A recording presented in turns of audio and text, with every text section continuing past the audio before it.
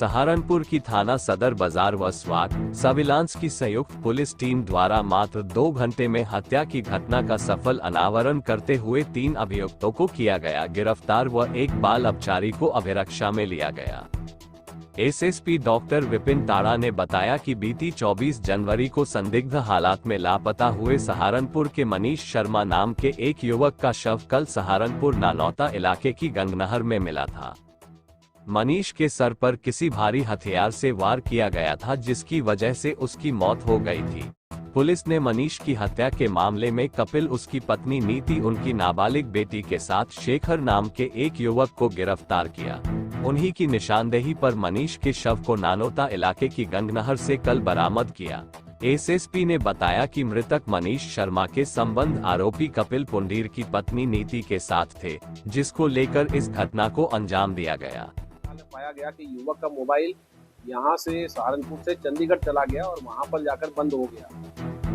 इसके पश्चात पुलिस ने और तफ्तीश जब आगे बढ़ाई तो इसमें एक युवती का होना पाया गया, जिसके साथ ही मृतक युवक के प्रेम संबंध थे। दौरान जांच पुलिस को युवती और उसके पति पर शक हुआ कि इनके द्वारा घटना की जा सकती है। इस पर पुलिस ने कई जगहों के सीसीटीवी और सीडीआर और अन्य मानवीय मुखबिरी के आधार पर साक्ष्य संकलित किए और संकलित करने के बाद वो जो युवती का पति है उसको पुलिस ने हिरासत में लिया और पूछताछ की।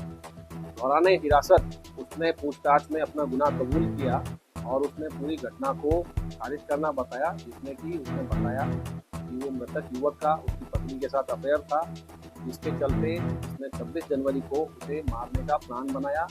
इसी के तहत उस युवक को घर बुलाया गया और एक नशीला पदार्थ चाय में पिला के उसे बेहोश कर उसके सर पे हथौड़ा मारकर उसकी हत्या कर दी गई।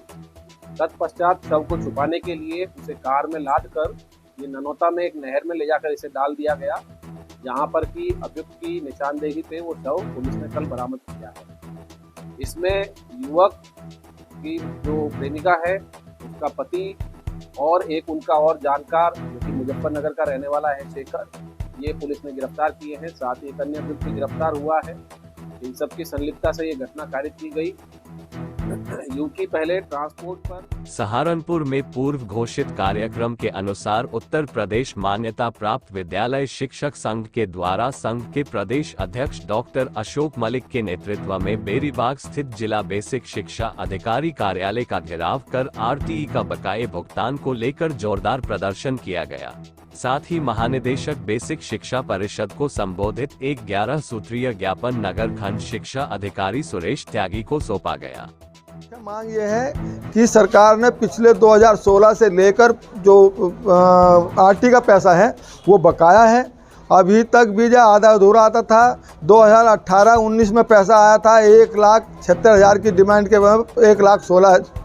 करोड़ 16 लाख रुपए गया, 1,76 लाख की डिमांड पापा जाए। ऐसे पैसा है। ये भी एक स्कूल संचालक का 2019 से आज तक एक पैसा नहीं मिला। तो हमारी मांग है 2016 से लेकर जांच कराकर वो सारा पैसा जो वंचित रह गए स्कूल वाले उनको दिया जाए। एक स्कूल की फीस जब बच्चों का जो पैसा आता था 3 सालों तक दिया सरकार ने 5,000 रुपये, जो किताबों का ड्रेसों का था, अब सरकार ने देना बंद कर दिया है।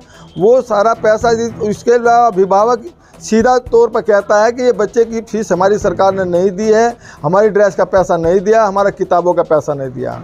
सवाल बड़ा है कि बगैर फीस के, बगैर किताबों के, बगैर ड्रेस के कौन सा सुधार किया जा सके। अब हम उन बच्चों को बगैर ड्रेस वालों को हम नहीं बैठाएंगे, बगैर किताब वालों को हम क्यों बैठाएंगे।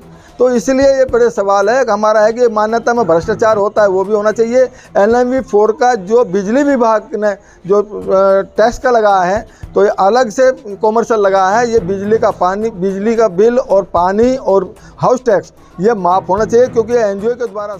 सहारनपुर में हर वर्ष की तरह इस साल भी पवित्र माह रमजान में रोजेदारों की शंकाओं को घर बैठे दूर किया जाएगा। रोजे के दौरान व रमजान से संबंधित आने वाली परेशानियों को दूर करने की जानकारी हेल्पलाइन पर कॉल, व्हाट्सएप व ईमेल आईडी के जरिए जमीयत दावतुल मुस्लिमीन के संरक्षक व प्रसिद्ध आलिम ए दीन मौलाना कारी इसहाक गोरा द्वारा बनाई गई हेल्पलाइन टीम मौलाना कारी इसहाक गोरा, मुफ्ती अरशद गोरा के साथ मुफ्ती जमाल कासमी, मौलाना जाकिर, मौलाना दाऊद शरीयत की पुस्तकों के हवाले से जवाब देंगे। साल की तरह इस साल भी रोजेदारों की सहूलियत के लिए हेल्पलाइन का आगाज किया गया है। रोजेदार रोजे की हालत में कुछ ऐसा काम कर बैठते हैं जिसमें कंफ्यूज हो जाते हैं कि इसमें हमारा रोजा रहा या नहीं रहा। इन तमाम चीज़ों को मद्देनज़र रखते हुए हर साल रोजेदारों के लिए हेल्पलाइन का आगाज किया जाता है। इस साल भी इस हेल्पलाइन का आगाज किया गया है, जिसमें दोपहर 12 बजे से 3 बजे तक कोई भी रोजेदार सवाल पूछ सकता है। उसको शरीयत की रोशनी में किताबों के हवाले से जवाब दिया जाएगा। नंबर ये हैं 9897399207, दूसरा नंबर 9557757705 और तीसरा नंबर 013235534040।